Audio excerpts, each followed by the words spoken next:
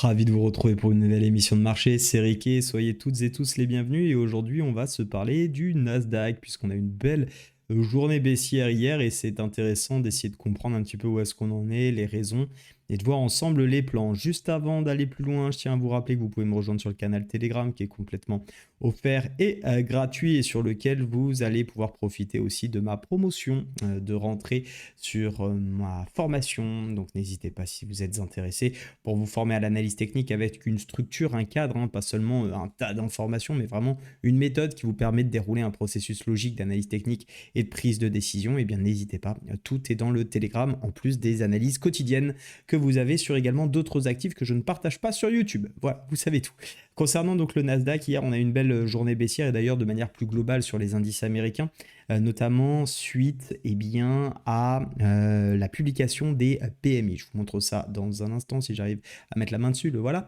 Donc les PMI, comme vous pouvez l'observer, qui ont été moins bons qu'attendus. Alors les PMI, qu'est-ce que c'est pour ceux qui se posent la question? C'est tout simplement une évaluation un petit peu du sentiment de marché, du sentiment plus exactement des entreprises, puisqu'on va questionner, interroger des directeurs d'achat sur les productions, sur les stocks, sur les commandes, les recrutements également. Et donc ça permet d'avoir finalement un certain engouement économique ou pas. Et on va considérer que quand on est au-dessus de 50, on est plutôt dans une phase de développement, de croissance. On a un sentiment qui est plutôt positif. Et à l'inverse, quand on est en dessous des 50, et comme c'est d'ailleurs le cas depuis 5 mois, on a plutôt une vision de contraction de l'économie qui peut bien évidemment laisser à penser qu'une potentielle récession pourrait arriver. Et c'est d'ailleurs, je vous le rappelle, ce que le marché avait plus ou moins anticipé ici sur la mi-juillet, début août. Alors bien évidemment, c'est pas suffisant, hein, puisque les PMI ne sont qu'un sentiment, c'est pas une donnée concrète et réelle, c'est basé uniquement sur des études, mais ça n'empêche qu'effectivement ça donne un petit peu la direction dans laquelle on pourrait se diriger. Bien entendu, celui-ci, ce chiffre est toujours à mettre en relation avec d'autres données, hein, avec notamment l'inflation, avec bien sûr le chiffre de l'emploi et le PIB, puisque c'est tous ces ensembles de données qui permettent à la Fed derrière de juger et de conclure sur finalement une direction à prendre. Concernant donc le Nasdaq, on aura des chiffres importants sur l'emploi tout au long de la semaine, sur cette fin de semaine, avec déjà le rapport Jobs, donc les jobs ouverts actuellement aux États-Unis. C'est des chiffres qui vont être extrêmement intéressants, avec aussi le taux de chômage vendredi et la NFP. Pourquoi? Parce que finalement, on se pose la question aujourd'hui de savoir de combien de points de base la Fed va baisser ses taux en septembre. Car c'est quasiment acquis désormais que le 18 septembre, celle-ci procédera à une baisse des taux. La question, c'est est-ce que c'est 25 ou 50 points de base? Et là, bien évidemment, bien malin celui qui saurait y répondre aujourd'hui.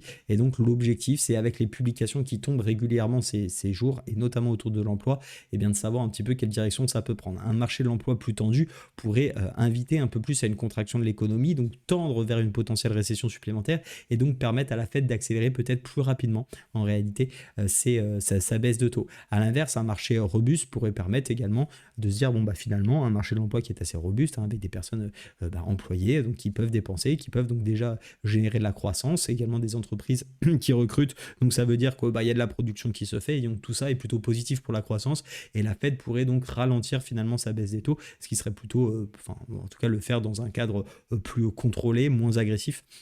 Et donc, il pourrait permettre aussi au marché, pourquoi pas, de rebondir. On peut aussi le voir ainsi. Ce qui est important dans ces phases, c'est d'essayer d'éviter de se perdre. Et d'éviter de se perdre, c'est très facile dans ce contexte-là, surtout dans un contexte où les marchés, comme on l'avait pu le voir ici, d'abord agissent puis réfléchissent. On l'avait bien vu, réaction extrêmement baissière suite à quelques mouvements de panique, puis finalement pas si pire que ça. Et aujourd'hui, on ne sait plus trop où on en est. D'ailleurs, je trouve que le graphique le représente assez bien. Alors, comment faire? On est vraiment dans un contexte de marché qui est loin d'être simple, parce que si en weekly, je pense qu'on est tous d'accord pour dire que c'est très haussier, et qu'en daily ça le reste également malgré ce petit mouvement, hein, si on cache un petit peu nos graphiques, et je pense que si on voit ça, on se dirait que c'est toujours haussier. Oui, effectivement, on n'a pas réussi pour le moment à réatteindre le dernier point haut, mais encore une fois, ça peut se faire en plusieurs étapes. C'est pas parce que ici ça baisse que forcément c'est fini, mais à court terme, et c'est là où ça devient un peu plus difficile. Alors quand je dis à court terme, c'est à plus court terme, en 4 heures et en 1 heure, fort à parier que c'est le 4 heures à cette tronche-là, le 1 heure également, on est dans une impulsion baissière. Donc c'est là où c'est vraiment pas évident, c'est quand les unités de fond ne correspondent pas avec les unités court terme. Et pour ma part, je vais toujours essayer d'aller chercher la tendance de fond, donc à savoir celle à la hausse, et de trouver finalement des potentiels retournements de tendance court terme, 4 heures, 1 heure, 15 minutes, qui pourraient marquer effectivement une reprise de la tendance de fond. C'est comme ça qu'on va essayer de travailler, c'est ce que je cherche en tout cas désormais. Et donc ici, on avait un joli canal baissier où on voit bien non seulement qu'il a buté hier sur le haut de canal, avec également cette zone de polarité qui représentait bien une double résistance et qui est un niveau important à reprendre désormais. C'était les anciens 0,68 de la dernière impulsion baissière. Mais en plus d'avoir buté ici, on a cédé par le bas ce canal baissier. Alors attention, parce que quand on cède les canaux baissiers par le bas, ça peut générer parfois des mouvements brusques d'accélération. L'avantage qu'on peut avoir ici, c'est que quand on dézoome un petit peu, on s'aperçoit qu'on arrive sur une zone de polarité, sur la zone un petit peu pivot qui avait permis d'ailleurs au marché de reprendre une impulsion haussière suite à ce W.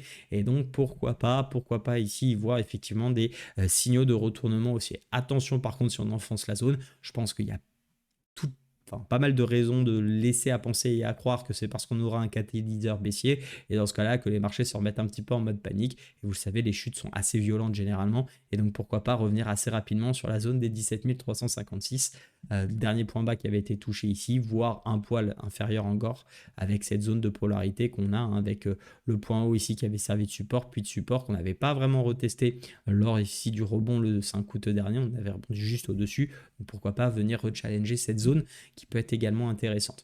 Donc plutôt haussier tant qu'on reste effectivement au-dessus de cette zone. Disons que quand je dis haussier, c'est que je vais rechercher les achats sur cette zone si j'ai quelque chose de pertinent. Encore une fois, attention quand je parle des zones, déjà il n'y a jamais de conseils en investissement et de choses qu'il faut faire sur vos graphiques. Elle charge à chacun de prendre ses responsabilités, d'avoir ses propres décisions. C'est plutôt que quand je dis que je cherche à faire des achats, c'est j'attends quelque chose de suffisamment significatif, conforme à mes méthodes pour pouvoir effectivement entrer en position. Maintenant, si on a une bougie de ce type, comme on pouvait l'avoir ici, qui casse violemment cette zone, alors il y a fort à parier qu'on partira malgré tout plutôt en terrain baissier, et ça sera en tout cas ma vision. Pour rappel, j'étais toujours très haussier, mon but c'était de continuer les achats, je pense que vous vous en souvenez sur les vidéos, quand on avait cédé cette zone des 20 000, pour faire simple, on ne l'a jamais cédé, au contraire, on a même buté dessus, et de manière assez... on en avait parlé de cette avalante et finalement pour le moment elle joue bien son job quand même. Avalante sur zone, pour le moment ça bloque sur un petit peu au-dessus des 0,68 annulé. Donc pour l'instant on reprend un petit peu le mouvement comme on peut essayer de le voir, et donc d'essayer de jouer les grosses zones. Je pense que pour moi c'est vraiment ce qu'il y a de entre guillemets le plus simple à faire, même si l'actif en question n'est pas si simple je trouve aujourd'hui. On voit quand même beaucoup l'hésitation, on n'est plus dans ces ultra dynamiques haussières qu'on a pu connaître par le passé, c'est plus compliqué, les mouvements sont plus courts, les tendances sont moins soutenues, il y a un peu plus d'indécision, on ne sait pas où le marché veut aller. Donc voilà, il faut être extrêmement prudent. On a aussi le droit de se dire, ici c'est un actif que je n'arrive pas à voir, que je n'arrive pas à trader. Vraiment, je ne suis pas à l'aise dans les plans qui sont proposés ou les plans que j'arrive à me fixer. Et dans ce cas-là, encore une fois, ne pas trader peut être la solution pour éviter tout simplement d'aller se prendre les pieds dans le tapis et peut-être aller sur des actifs qui sont plus dynamiques, même si entre vous et moi, je n'en vois que très peu.